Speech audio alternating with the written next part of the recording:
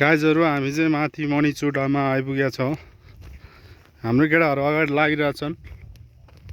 हजुरहरू पनि आउन सक्नुहुन्छ। यतातिर हरियाली रमाइलो ठाउँ रहेछ। फुटबल ग्राउन्ड पनि छ।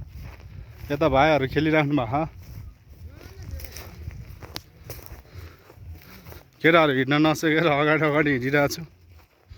लास्टै ठगाइ लाग्ने रहेछ। हजुरहरू नि घुम्न आउन सक्नुहुन्छ।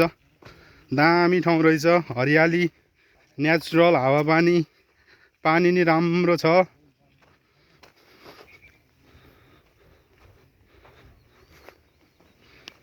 हरियाली छन्।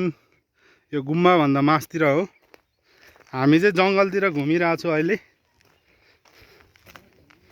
हाम्रो केटाहरू अगाडि पुगिसक्यो। म चाहिँ थगाइ लाएर हिँड्न नसकेर बिस्तारै भ्लगहरू बनाइरहेको छु।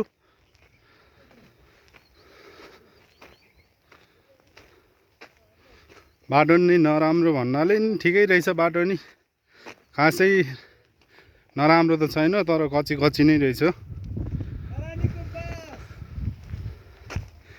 यहाँ ट्याङ्कीहरू बनाउनु भएको रहेछ। यता खानेपानीको ट्याङ्की। अब केटाहरू उतातिर हिँडिरहनु भएको छ।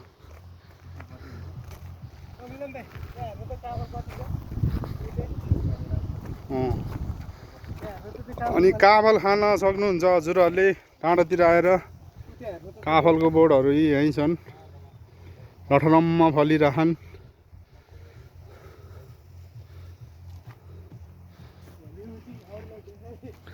पुरै हामी जङ्गलतिर यसो हरियाली, हावापानी स्वस्थ राम्रो रहेछ।